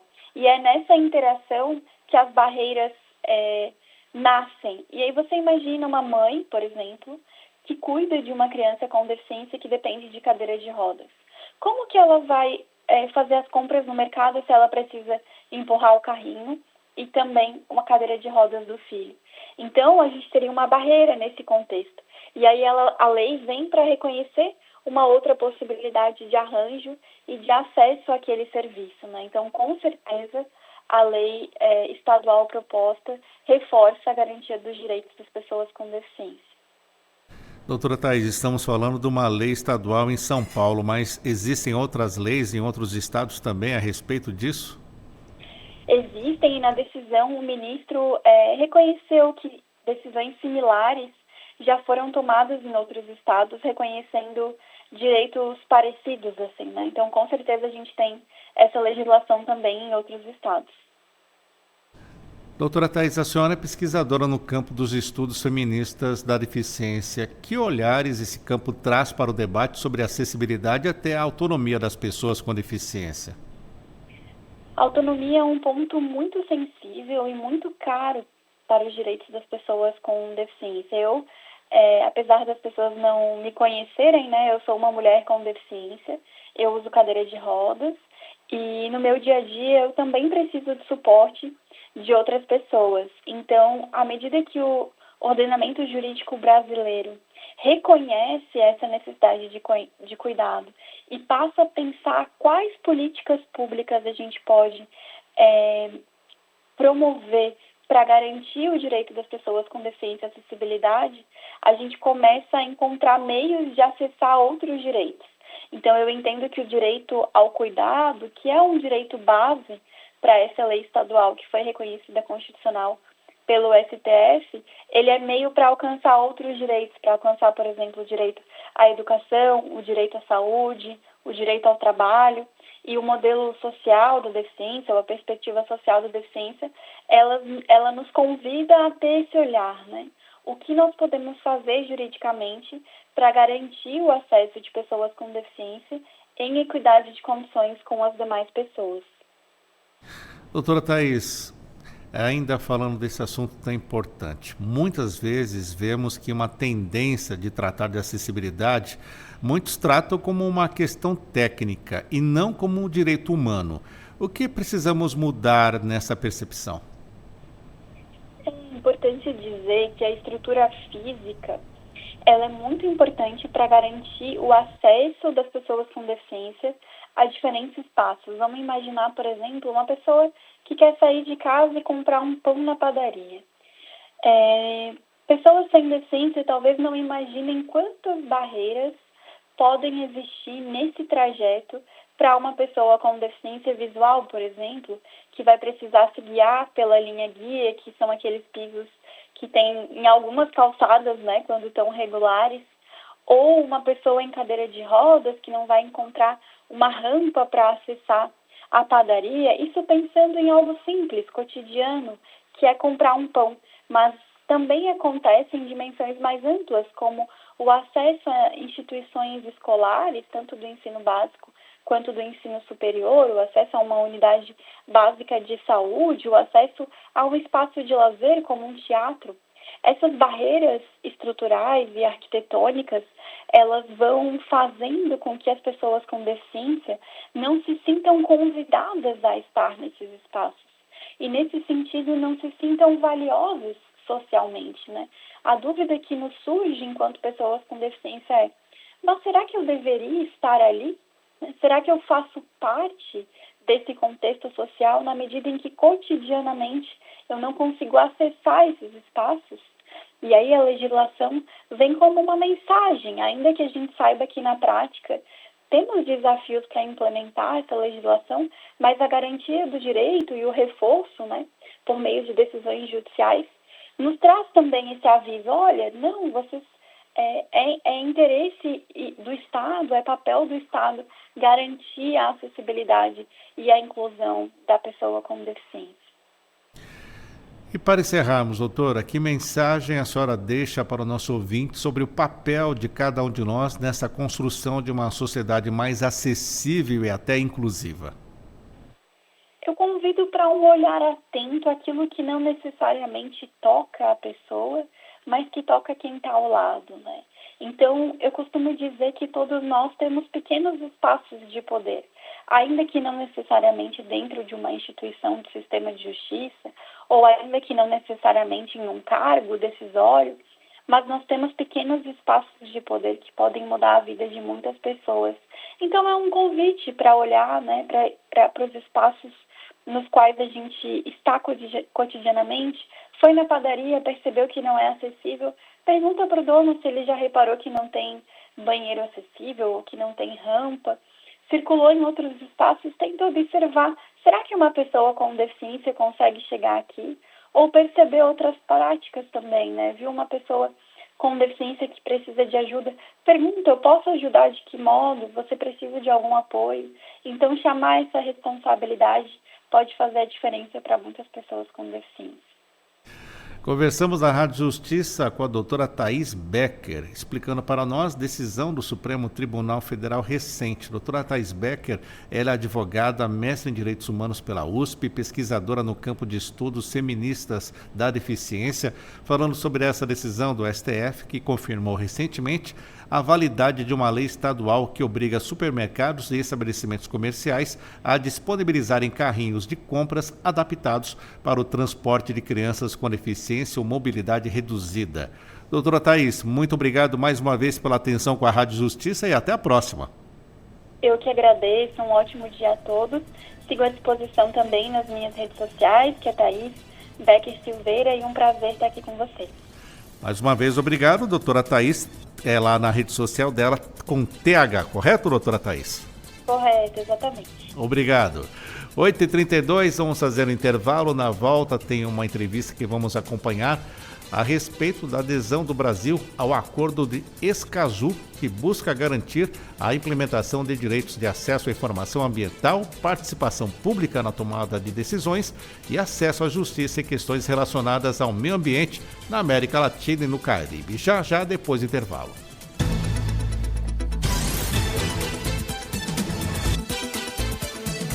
Estamos apresentando Revista Justiça.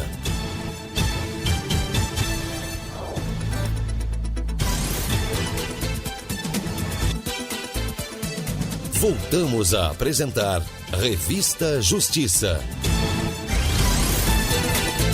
Estamos de volta com Revista Justiça e vamos para a notícia factual. A Polícia Federal e a Controladoria Geral da União deflagraram nova fase da Operação Sem Desconto, que investiga um esquema nacional de descontos associativos não autorizados em aposentadorias e pensões. Foram cumpridos 63 mandados de busca e apreensão, 10 mandados de prisão preventiva e outras medidas cautelares diversas da prisão em 14 estados e no Distrito Federal. Entre os presos está o ex-presidente do INSS, Alessandro Stefanuto. São investigados ainda os crimes de inserção de dados falsos em sistemas oficiais, constituição de organização criminosa, estelionato previdenciário, corrupção ativa e passiva, além de atos de ocultação e dilapidação patrimonial, de acordo com informações da própria Polícia Federal. 8h38. Justiça climática é justiça social.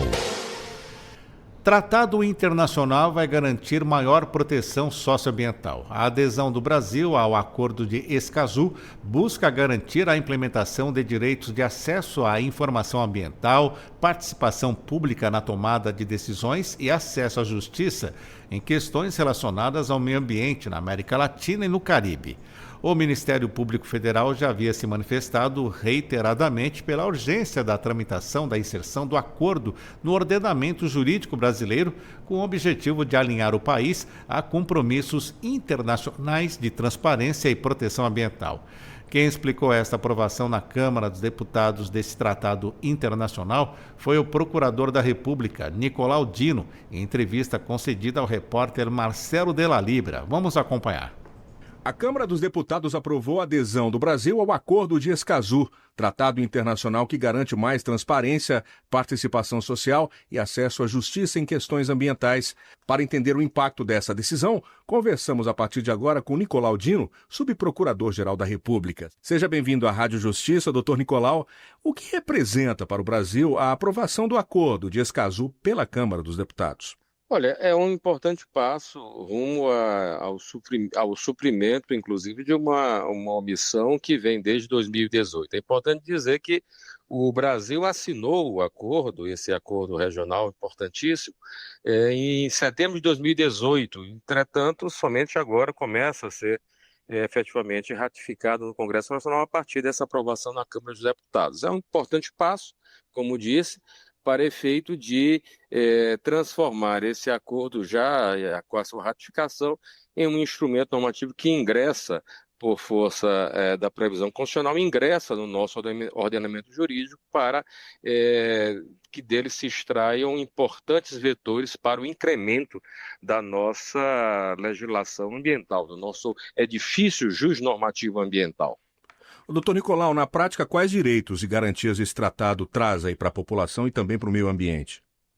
Veja, são importantes aspectos que precisam ser destacados nesse acordo regional América Latina-Caribe, denominado Acordo de Escazú.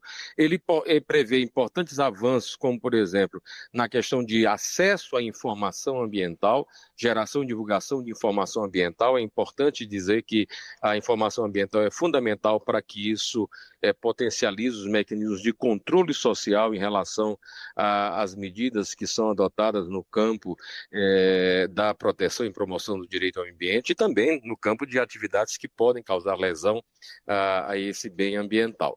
Também temos a referência expressa no acordo da necessidade de os Estados signatários assegurarem meios de acesso à justiça em relação à temática ambiental. Nós temos no Brasil hoje, no momento, importantes discussões envolvendo a questão ambiental. A questão da litigância climática, o aquecimento global, a expansão de áreas de exploração mineral e também de pesquisa de petróleo, várias situações que impactam diretamente o meio ambiente, também populações interessadas em realizar um amplo controle, e daí a necessidade de assegurar acesso à justiça. E também, vou destacar por último, aí, entre outros pontos que são importantes, a criação de mecanismos para a efetiva defesa de defensores de direitos humanos em questões ambientais. Veja, esse ponto é importantíssimo, Marcelo, porque o Brasil, aliás, falando de forma mais ampla, a América Latina concentra de 3 em cada 4 assassinatos de defensores ambientais no mundo. O Brasil, de acordo com uma organização denominada Global Witness, é indicado como um dos países com um dos maiores índices de letalidade em relação a defensores de direitos humanos em matéria ambiental. Vide o trágico caso do assassinato, entre tantos outros trágicos, evidentemente, mas o assassinato do jornalista Dom e do indigenista Bruno, ocorrido na selva amazônica brasileira. Então, são situações que evidenciam a necessidade também de o Brasil criar mecanismos adequados de promoção e de defesa de defensores de direitos humanos em temática ambiental. O acordo prevê isso. É claro que existem outras previsões que estão sendo incorporadas no direito brasileiro, mas o fato de haver, esse ponto que precisa ser destacado, o fato de haver um acordo internacional indicando vetores de otimização do sistema brasileiro faz com que o ordenamento jurídico interno ganhe um influxo externo e possa efetivamente pautar-se de acordo com as diretrizes que são traçadas nesse acordo ou em tantos outros acordos internacionais. Essa é a razão pela qual, em síntese, vemos com bastante atenção a necessidade de o Brasil ratificar de uma vez por todas o Acordo de Escazú.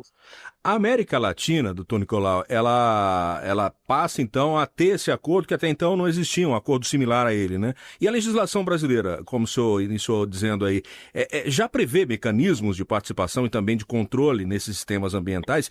Tem alguma mudança com adesão ao acordo? É importante destacar esse ponto. A legislação brasileira prevê, de uma forma geral, e a jurisprudência também assinala isso, todos os parâmetros que estão indicados no Acordo de Escazú. A legislação brasileira, repito, é bastante avançada em relação à proteção e promoção do direito ao meio ambiente sadio, que é considerado pela nossa Constituição como um direito fundamental. Então, isso é importante considerar. Nós temos balizas internas.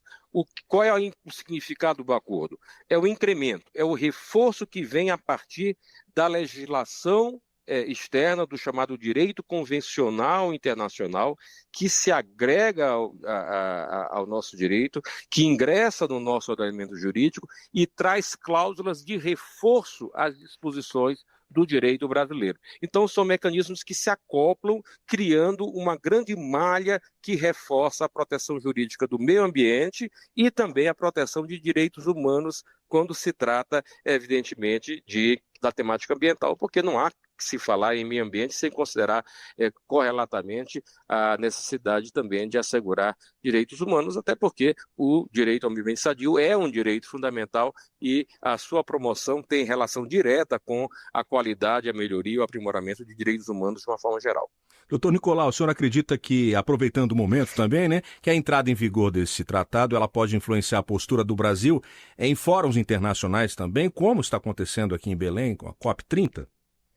Eu acho que qualifica a ratificação do Acordo de Escazú, qualifica a posição do Brasil no cenário internacional, colocando numa posição de um Estado, de um país que se alia, que se associa a diversas disposições do direito convencional internacional que tem por objetivo a garantia do meio ambiente sadio. No momento atual em que vivemos, de mudanças climáticas, de emergência climática e a necessidade de nós alterarmos as nossas matrizes energéticas para conter o aquecimento global, esse momento indica a necessidade de, sob um ponto de vista global, haver a cooperação internacional. E essa cooperação se dá efetivamente a partir da celebração de tratados internacionais. O Brasil, ratificando o acordo, se qualifica, portanto, nesse cenário do debate internacional. Conversamos sobre o Acordo de Escazú, tratado internacional, em que a Câmara dos Deputados aprovou a inclusão do Brasil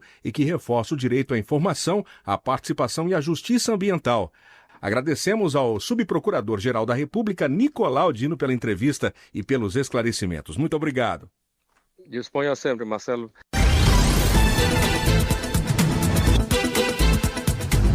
Oito horas e 47 minutos, vamos fazer um intervalo no Revista Justiça e na volta tem o nosso giro de informações do Poder Judiciário Brasileiro, então não saia daí.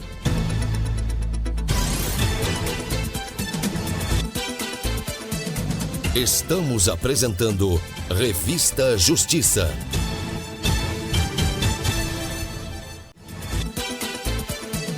Voltamos a apresentar Revista Justiça. Estamos de volta, 8 horas e 50 minutos. Revista Justiça, giro de notícias. Começamos o nosso giro com notícia do Supremo Tribunal Federal. Hoje, 13 de novembro, é o Dia da Justiça na COP30. A iniciativa do Supremo Tribunal Federal que busca discutir os desafios da justiça climática.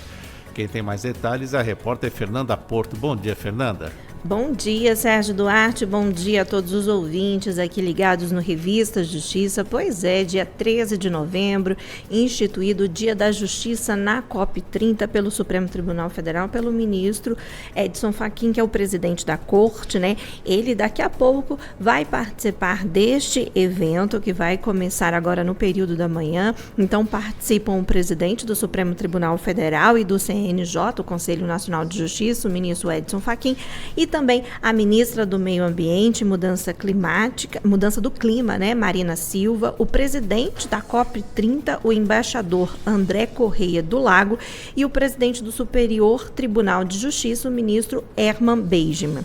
Nós aqui da Rádio Justiça vamos transmitir este evento, né, que tem uma programação especial do Poder Judiciário na COP30. Então, durante o dia de hoje tem trechos desse evento. No período da tarde também acontece o evento, só que quem quiser acompanhar vai ter que ser pela internet, no nosso canal no YouTube.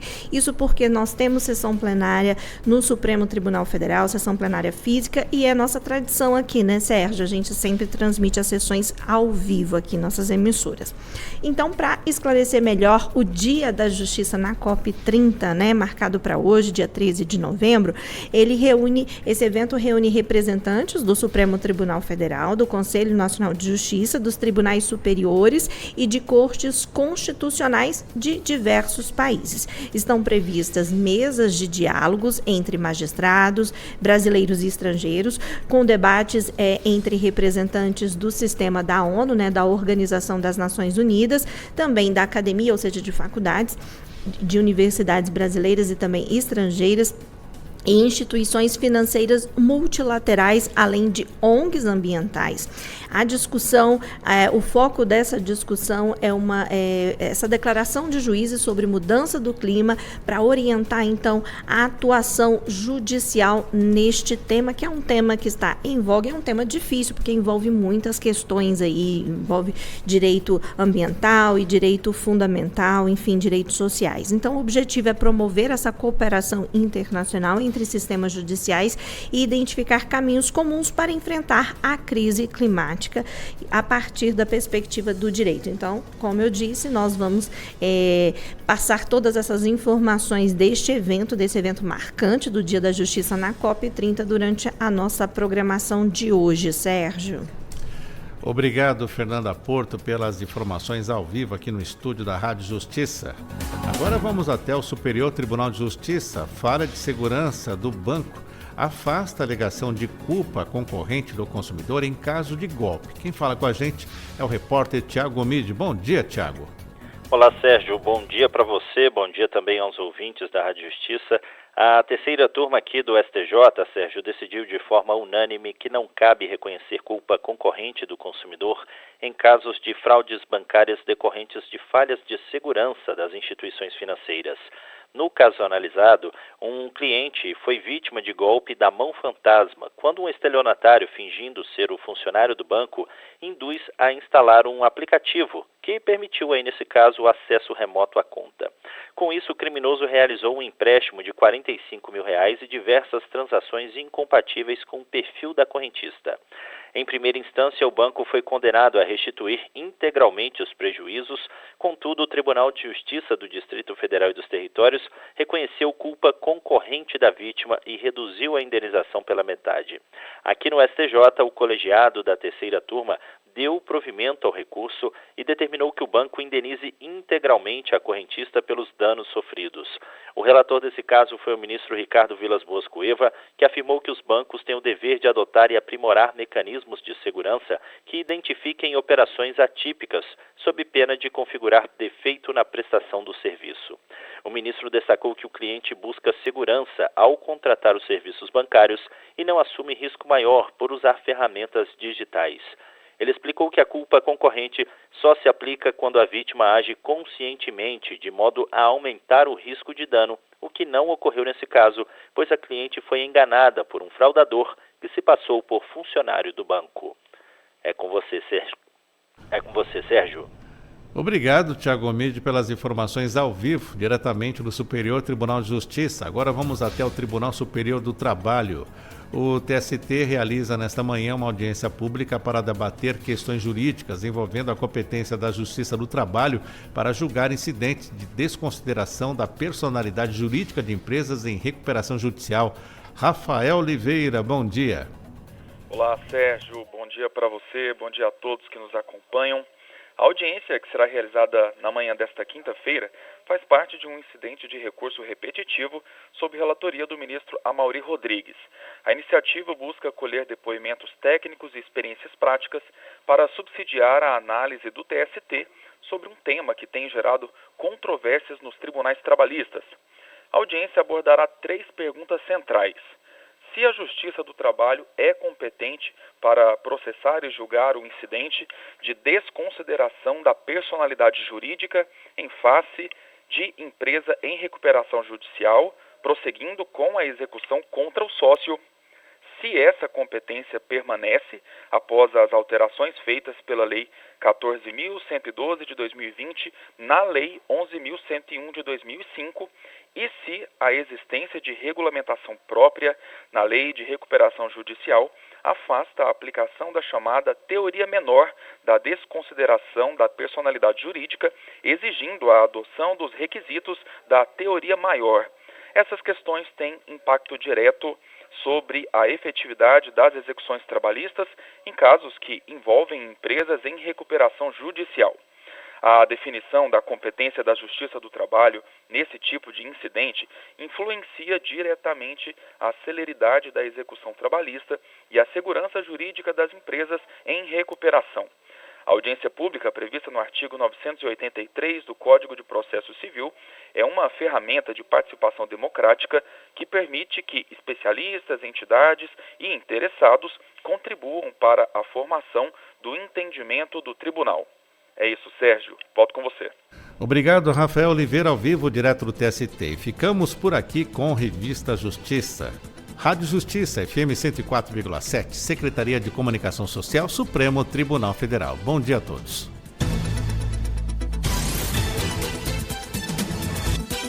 A Rádio Justiça apresentou Revista Justiça.